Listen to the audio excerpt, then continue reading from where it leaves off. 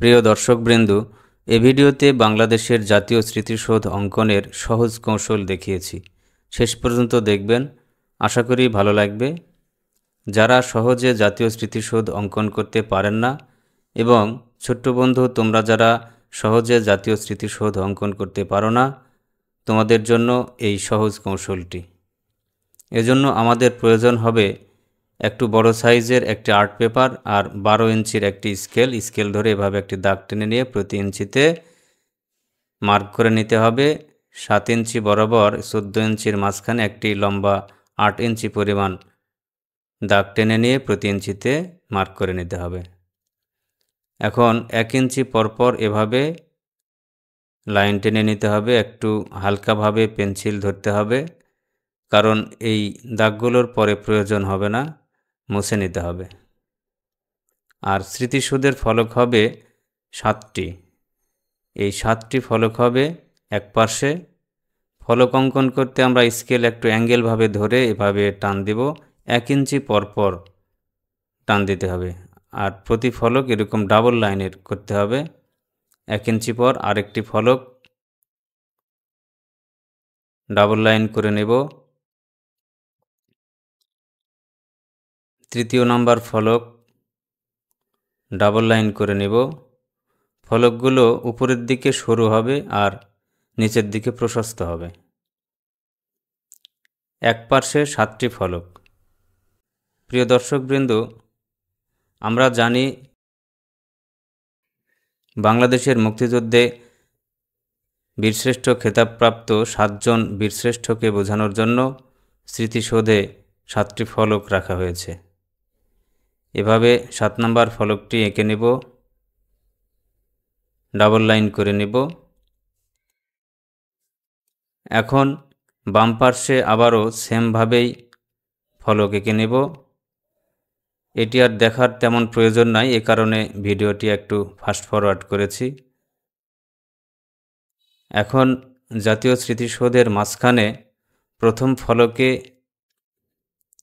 এভাবে একটি দাগ টেনে নেব। আরেক পার্শ্বের প্রথম ফলকে এভাবে একটি দাগ টেনে নিতে হবে। উপরে একটি দাগ টেনে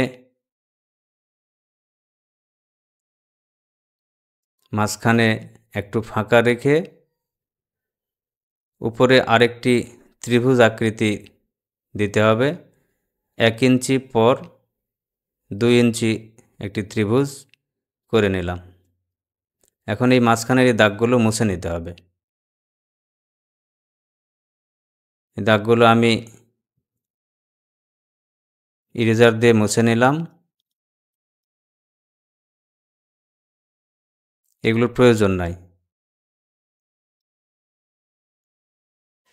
এখন স্মৃতিসৌধের নিচে আরেকটি লাইন করে নিতে হবে।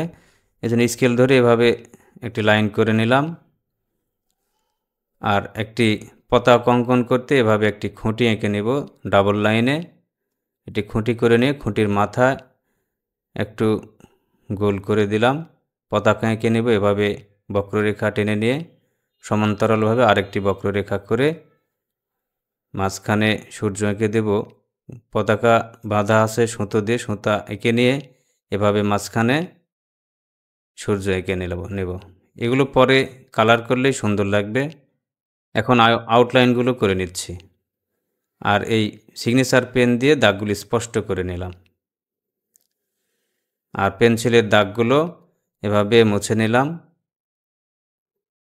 দাগগুলো মুছে নেওয়ার পরে পতাকার খুঁটিতে এভাবে কালো কালার করে দিচ্ছি আমি।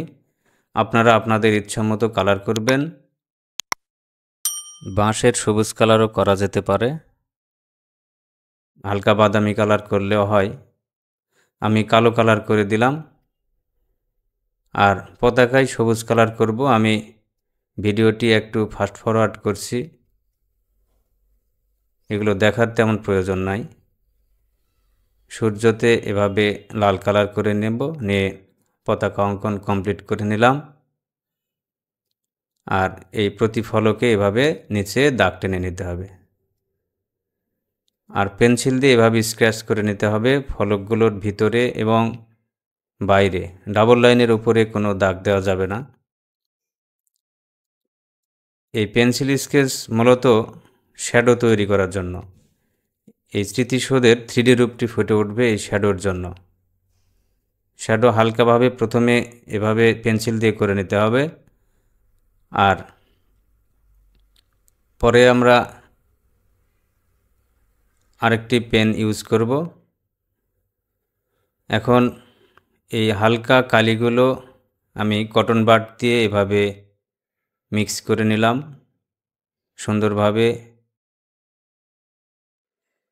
মিক্স করে নিচ্ছি। আমি কটন বাড ব্যবহার করছি, আপনারা অন্য কিছু ব্যবহার করতে পারেন অথবা টিস্যু পেপার দিয়েও ভালো হয়। এভাবে কালিগুলো সুন্দরভাবে মিক্স করে নিয়ে আমি একটি পেন ব্যবহার করছি অ্যাশ কালারের। এটি ফলকের ভিতরের অংশগুলোতে দিয়ে দিতে হবে। ভিতরের অংশ অন্ধকার হয়, এ কারণে আমি অ্যাশ কালার দিয়ে দিলাম। আপনারা পেন্সিল ইউজ করেও করতে পারেন। এখন নিচে এভাবে আমি একটি গোল্ডেন কালারের ব্রাশ পেন ইউজ করে গোল্ডেন কালার করে নিলাম। ফলকের ভিতরে পর্যন্ত এভাবে কালার করে নিতে হবে। আপনারা আপনাদের পছন্দ মতো কালার করবেন। আমি আমার মতো করলাম। এভাবে গোল্ডেন কালার উপরে এভাবে দেওয়ার পরে আমি নিচে অরেঞ্জ কালার দিয়ে দেব, দিয়ে শেষ করব। আশা করি স্মৃতিসৌধ অঙ্কনের এই সহজ কৌশলটি আপনাদের ভালো লেগেছে। ভালো লেগে থাকলে একটি লাইক দিবেন, শেয়ার করে অন্যকে দেখার সুযোগ করে দিবেন। আর নিয়মিত এরকম ড্রয়িং টিউটোরিয়াল ভিডিও পেতে আমার চ্যানেলটি সাবস্ক্রাইব করে সাথে থাকবেন। ধন্যবাদ।